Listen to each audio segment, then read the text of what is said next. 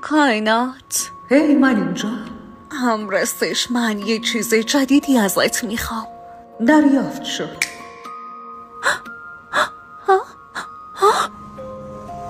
نه صبر کن، چرا چیزای قبلی رو ازم گرفتی؟ برای اینکه بتونم جا باز کنم. ولی من گفتم یه چیز جدید میخوام، نه اینکه چیزای قبلی رو نمیخوام. من نمیخوام چیزی از زندگیم حذف بشه. گوش کن، برای رسیدن به چیزای جدید باید با خیلی از چیزای قدیمی خداحافظی کنی. میدونم که سخته، اما وقتشه که اونا رو رها کنی. من نمیتونم، من بهشون عادت کردم. من میخوام برگردم. خب تو هر وقت که بخوای میتونی برگردی به همون زندگی که قبلا داشتی. هر وقت که بخوای میتونی از رشد کردن دست بکشی. ولی خب دوباره و دوباره و دوباره همون تجربه ها رو زندگی میکنی و تا زمانی که اونا رو حل نکنی و ازشون درس نگیری مدام تکرارشون میکنی و دوباره تو همون الگوهای قدیمی میفتی. مدام برمیگردی به عادتهای قدیمیت، میری پیش همون آدمایی که ازشون رد شدی و با همون طرز فکری که دیگه خیلی ازشون بزرگتر شدی. مطمئنی که میخوای برگردی؟ خب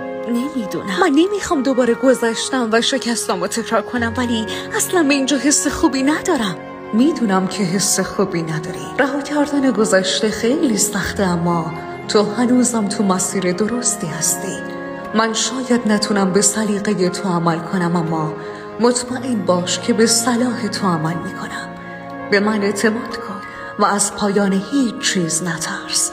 پایان ها تلخ نیستن، اونا پلی هستن برای رسیدن به جایی که باید بری. باید خیلی چیزا تموم بشن تا چیزای جدیدی برات شروع بشن.